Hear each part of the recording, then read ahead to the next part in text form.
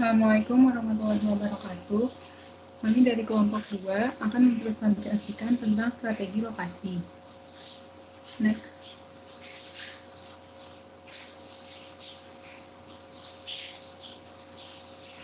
Nah, yang pertama itu ada pentingnya strategi lokasi.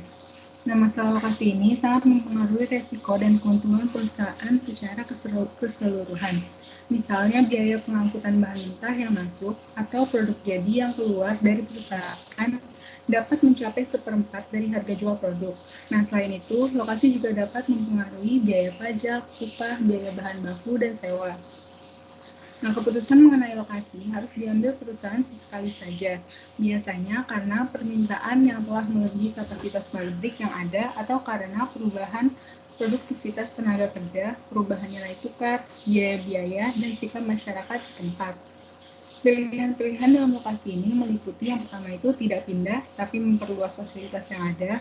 Yang kedua, mempertahankan lokasi sekarang dan menambahkan fasilitas lain di tempat lain. Yang ketiga, menutup fasilitas yang ada atau pindah ke lokasi lain. Keputusan lokasi ini bergantung pada jenis bisnis. Untuk keputusan lokasi industri misalnya, strategi yang digunakan itu biasanya adalah strategi untuk meminimalkan biaya, meski inovasi dan kreativitas juga penting. Nah, untuk bisnis eceran dan jasa profesi, strategi yang digunakan itu difokuskan pada memaksimalkan pendapatan. Walaupun demikian, strategi lokasi pemilihan gudang bisa ditentukan oleh biaya serta kecepatan pengiriman. Nah, tujuan strategi lokasi ini adalah memaksimalkan manfaat lokasi bagi perusahaan. Next.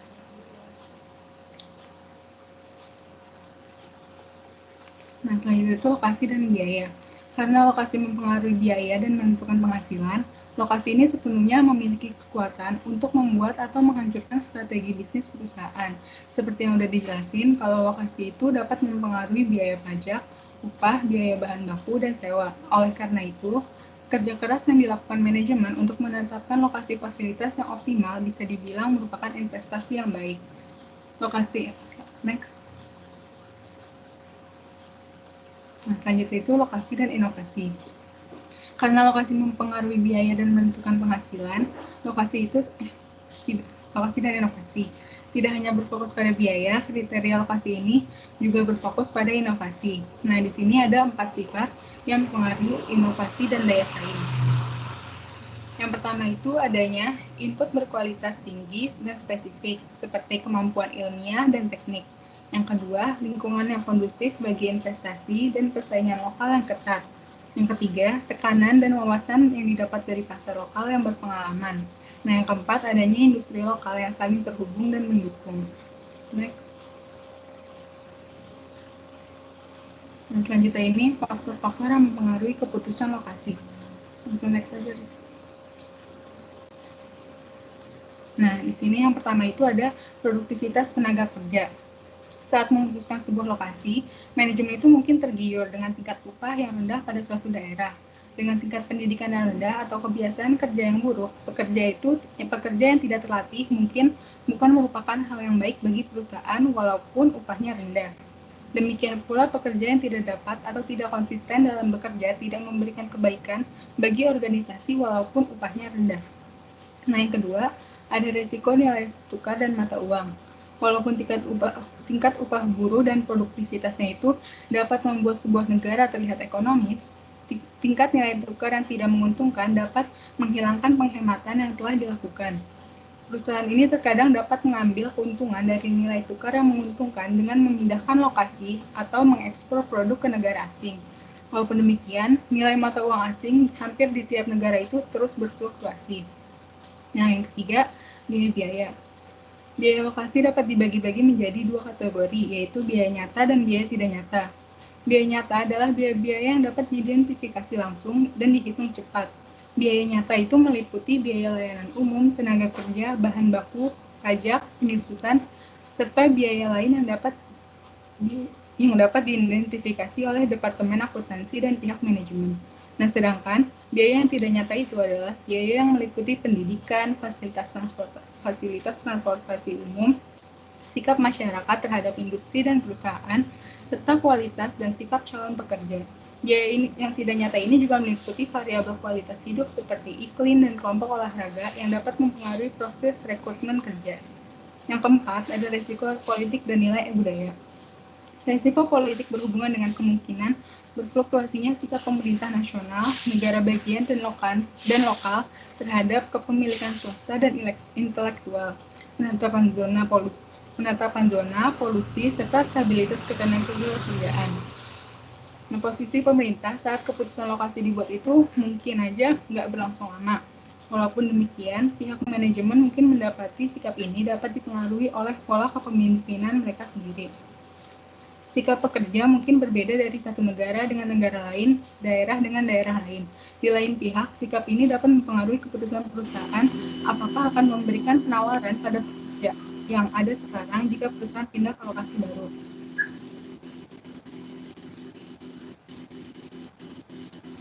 Satu dari tantangan terbesar keputusan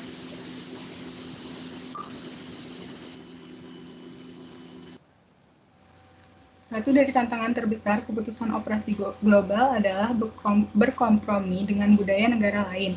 Nah, perbedaan budaya bekerja dan pemasok dalam hal ketepatan waktu membuat perbedaan besar dalam jadwal produksi dan pengiriman. Yang kelima, ada kedekatan dengan pasar. Bagi sejumlah perusahaan, berada pada lokasi yang dekat dengan pelanggan adalah sangat penting. Organisasi jasa seperti toko obat, restoran, kantor pos, atau pencukur rambut mendapati bahwa kedekatan pada pasar itu merupakan aktor lokasi utama. Perusahaan manufaktur mendapati berkedekatan dengan pelanggan ketika biaya pengiriman barang jadi mahal atau sulit. Hal ini tuh bisa disebabkan karena produk yang dikirim itu banyak, berat, atau mudah pecah. Merupakan hal yang sangat berguna. Selain itu, dengan produksi yang just in time, pemasok ini menginginkan lokasi yang dekat dengan pelanggan. Yang keenam, kedekatan pada pemasok. Perusahaan ini menempatkan diri dekat dengan bahan mentah dan pemasok karena yang pertama itu karena barang-barang yang mudah busuk, terus juga biaya transportasi, jumlah produk yang sangat banyak. Misal para penghasil roti, susu, sayur-sayuran, dan makanan laut beku berhubungan dengan barang mentah yang mudah busuk, sehingga mereka ini kerap berlokasi dekat dengan pemasok. Perusahaan yang bergantung pada input yang berupa bahan mentah yang berat atau berjumlah sama harus membayar biaya transportasi yang sangat mahal, sehingga biaya transportasi ini menjadi faktor utama. Tujuh, ada kedekatan pada pesaing. Kecenderungan yang disebut pengelompokan atau clustering ini yang sering terjadi apabila sumber daya utama itu ditemukan di wilayah tersebut. Sumber daya ini meliputi sumber daya alam, informasi, modal, proyek, dan bakat. Next.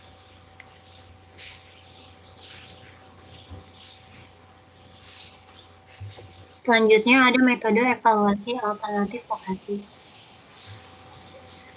Metode evaluasi alternatif vokasi ini dibagi menjadi tiga. Yang pertama ada metode pemeringkatan faktor, yang kedua ada analisis titik impas lokasi, dan yang ketiga ada metode pusat identifikasi.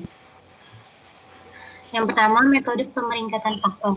Terdapat banyak faktor, kualitatif maupun kuantitatif, yang harus dipertimbangkan dalam menulis suatu operasi. Beberapa dari faktor-faktor ini lebih penting dari yang lain, sehingga manajer dapat menggunakan bobot untuk membuat proses pengambilan keputusan menjadi lebih objektif. Metode pemeringkatan faktor sering digunakan karena mencakup variasi faktor yang sangat luas, mulai dari pendidikan, rekreasi, sampai keahlian tenaga kerja. Jika sebuah keputusan bersifat sensitif terhadap perubahan-perubahan kecil, maka analisis lebih lanjut mengenai pembobotan atau penilaiannya mungkin perlu dilakukan. Sebagai alternatif lain, manajemen dapat menyimpulkan faktor tidak nyata bukan merupakan kriteria yang tepat sebagai dasar pengambilan keputusan lokasi.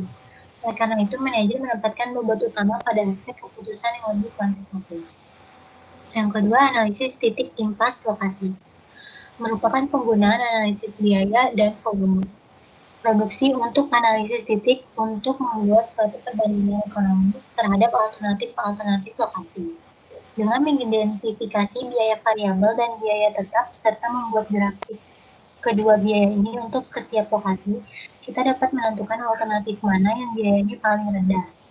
Analisis titik impas lokasi dapat dilakukan secara matematik atau secara grafik. Pendekatan grafiknya mempunyai keuntungan dengan memberikan kisaran jumlah setiap lokasi dapat dipilih. Yang ketiga ada metode pusat gravitasi. merupakan teknik matematis dalam menemukan lokasi pusat distribusi yang akan meminimisasi biaya distribusi.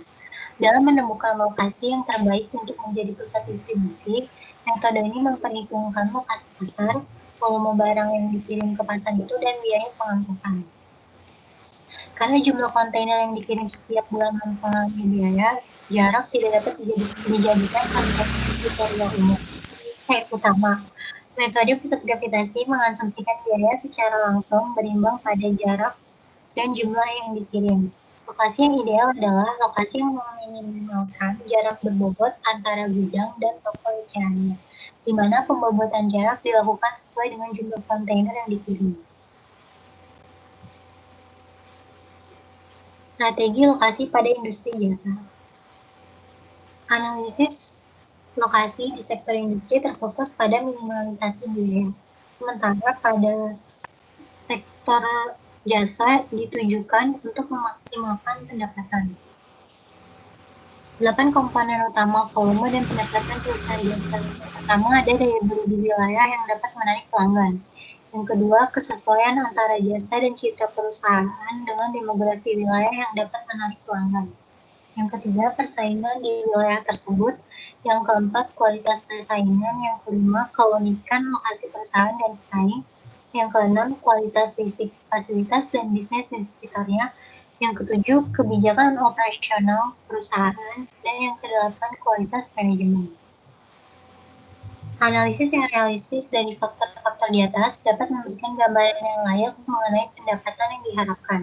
Teknik-teknik yang digunakan dalam sektor jasa meliputi analisis korelasi, perhitungan lalu lintas, analisis demografi, analisis daya beli, metode pemeringkatan faktor, metode pusat gravitasi, dan sistem geografi. Sistem informasi geografi. Sistem informasi khusus yang mengelola data yang memiliki informasi spasial atau bereferensi ke ruangan. Atau dalam arti yang sempit, adalah sistem komputer yang memiliki kemampuan untuk membangun, menyimpan, mengelola, dan menampilkan informasi bereferensi geografis. Misalnya, data yang diidentifikasi menurut lokasinya dalam sebuah database. SIG membantu perusahaan membuat keputusan analitis yang berkaitan dengan lokasi. Penerapan SIG pada perusahaan. Penerapan SIG pada perusahaan penerbangan adalah untuk mengidentifikasi bandara yang paling efektif untuk melakukan pelayanan darat seperti pengisian bahan bakar, pesawat, makanan biasa, juga untuk membantu penjadwalan. Penerapan SIG bagi developer gedung perkantoran komersial adalah untuk memilih kota-kota tempat mereka akan membangun di masa depan. SIG digunakan untuk menganalisis faktor-faktor yang mempengaruhi keputusan lokasi yang mencakup 5 elemen untuk setiap kota, yaitu daerah pemukiman, toko eceran, pusat kebudayaan dan hiburan, tindak kriminal, serta pilihan transportasi. Nah, selain itu, beberapa data geografis yang tersedia dalam SIG yaitu yang pertama ada data sensus menurut blok, bidang, kota, wilayah, kecamatan, daerah metropolitan, negara bagian, dan kode pos. Yang kedua, peta dari setiap gang, jalan raya, jembatan, dan terowongan. Yang ketiga ada fasilitas umum seperti saluran air, listrik, dan gas. Yang keempat ada sungai, gunung, danau, dan lautan. Dan ada bandara, universitas, rumah sakit, dan lainnya.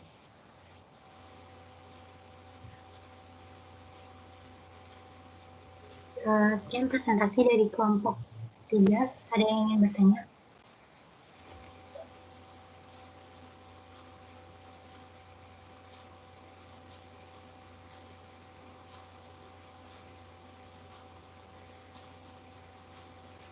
Mau nanya dong. Iya. Ini apa? Dewi. Nama saya Dewi dari kelompok 5. Mau nanya, apa yang menyebabkan adanya kesalahan dalam menentukan lokasi yang tepat? Masih Dewi. Mau nanya dong. Saya Taskia Haura dari kelompok 6. Apakah dengan kita menggunakan strategi lokasi akan meningkatkan penjualan suatu barang? Terima kasih. Iya, ada lagi. Mau nanya dong. Mm-mm. Saya memesan kami dari kelompok 11. Gimana sih cara menentukan lokasi yang tepat di daerah padat penduduk? Masih. Ini berapa? 6 pertanyaan ya? Ada lagi yang mau nanya? Mau nanya, Iya. saya Ferniliandi dari kelompok 8. Pertanyaan itu, apa saja yang harus dipertimbangkan dalam menentukan lokasi yang baik untuk suatu usaha? Terima kasih. Iya.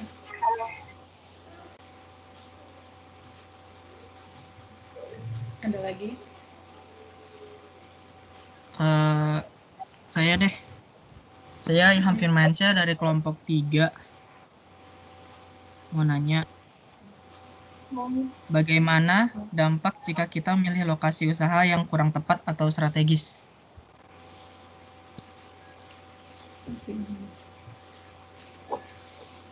Putri, gue revisi, gue kelompok 7. Oh iya.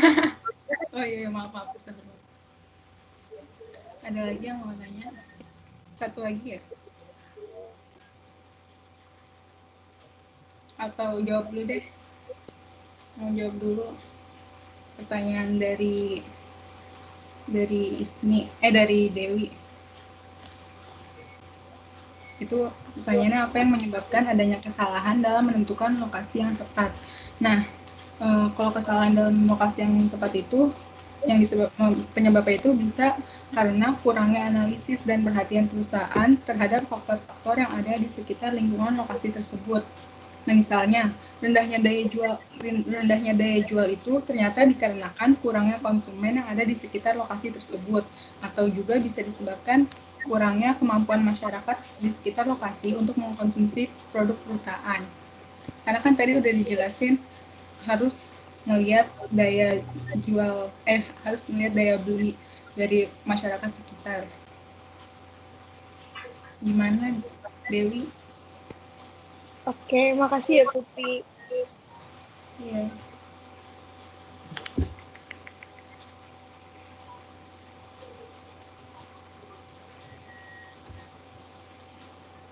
Terus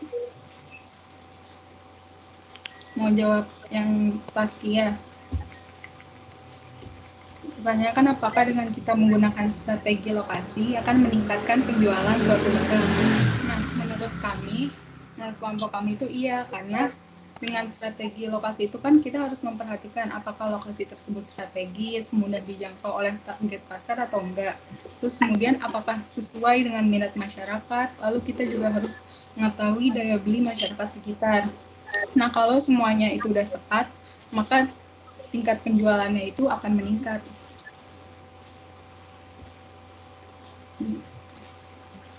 Masih ada yang kurang?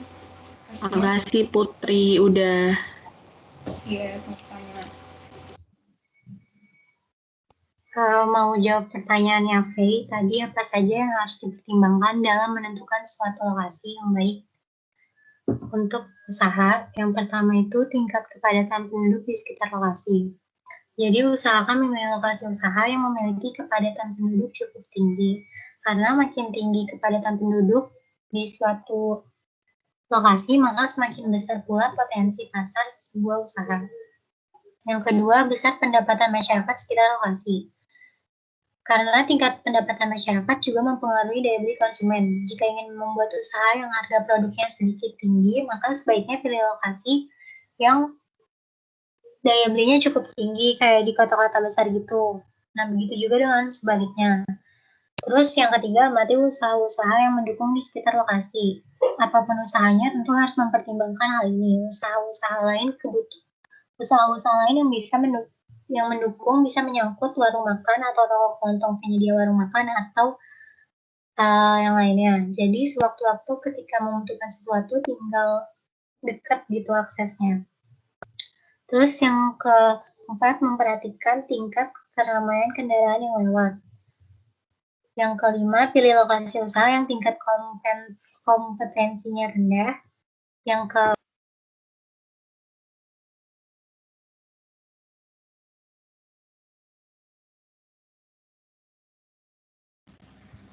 Riva,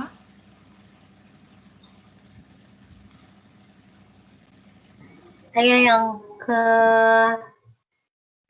4 tadi memperhatikan tingkat keramaian kendaraan yang lewat. Yang kelima, pilih lokasi usaha yang tingkat kompetensinya rendah.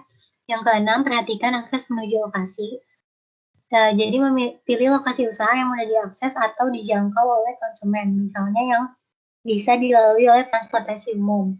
Yang terakhir, tingkat keamanan dan kebersihan yang mendukung. Lokasi usaha yang aman dan bersih itu menambah kenyamanan para konsumen.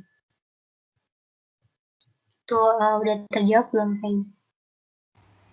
Udah, Riva, makasih ya. Ya, makasih.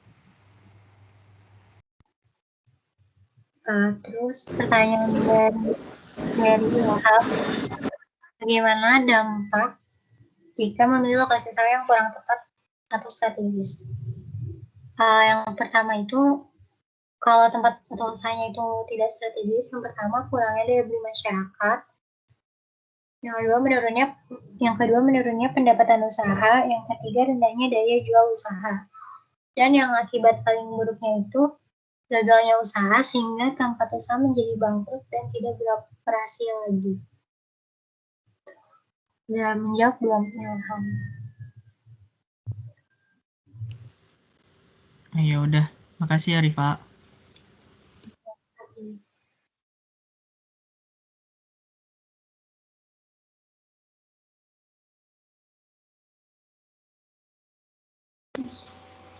terus ada pertanyaan dari Ica, kelompok 2, dari Anissa, kelompok 2.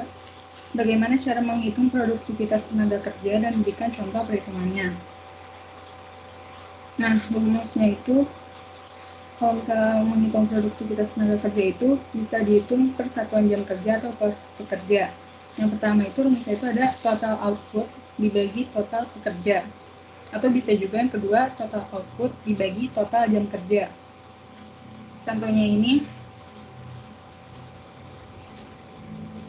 sebagai contohnya ini, seorang pekerja di perusahaan ABC dan perusahaan XYZ dapat menghasilkan satu produk sehari, namun dengan jam kerja yang berbeda.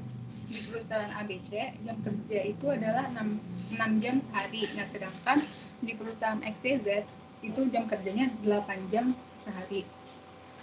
Nah, dari kasus tersebut bisa dilihat perusahaan ABC itu lebih produktif karena dapat menghasilkan suatu produk per 6 jam daripada perusahaan XYZ karena memerlukan 8 jam kerja.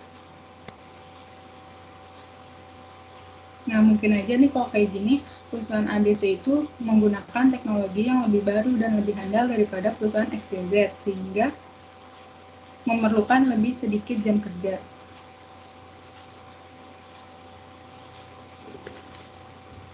Gimana? Bisa.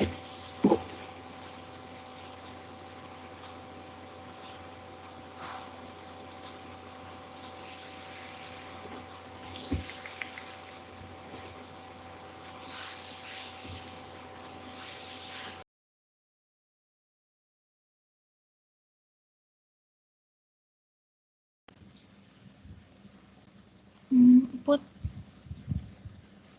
tadi udah berapa pertanyaan? 6. Udah dijawab semua. Tinggal pertanyaan kami. Oh.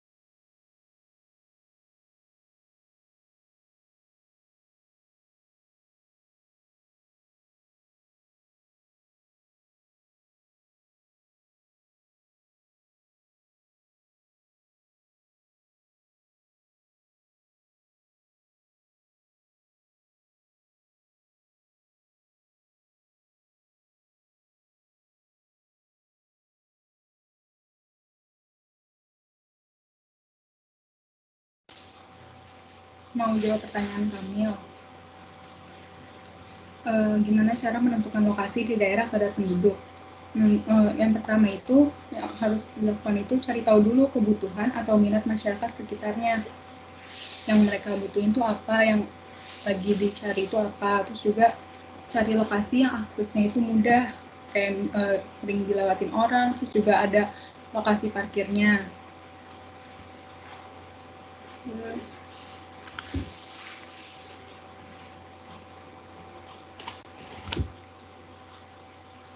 Terus lihat juga, kayak tadi lihat juga daya beli penduduk sekitarnya tuh gimana, terus juga tingkat pendapatan penduduknya, penduduk di daerah sekitar.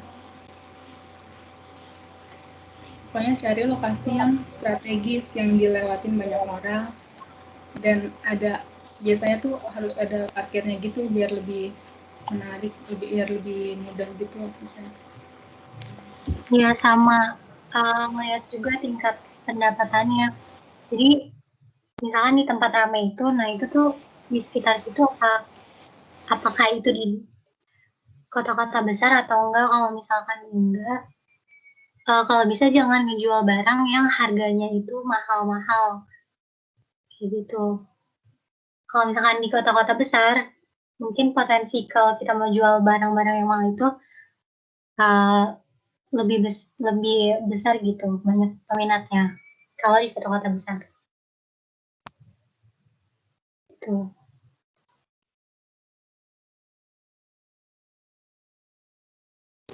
Gimana Kamil? Iya, makasih jawabannya. Sama-sama.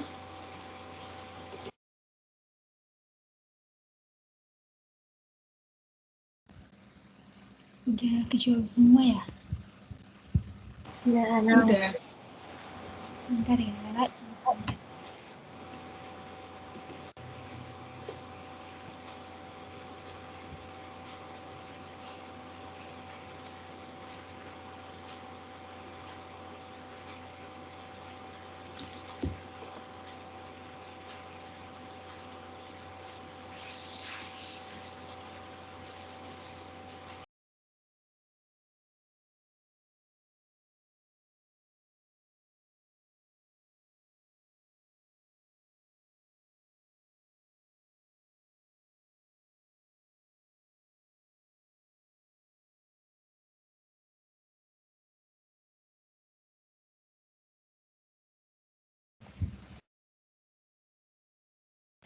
Put, Rifa, ditutup aja kata Ibu. Udah boleh ditutup. Sekian presentasi dari kelompok kami. Kurang lebihnya mohon maaf. Terima kasih atas partisipasinya. Wassalamualaikum warahmatullahi wabarakatuh. Buat kelompok stop dulu recordnya ya.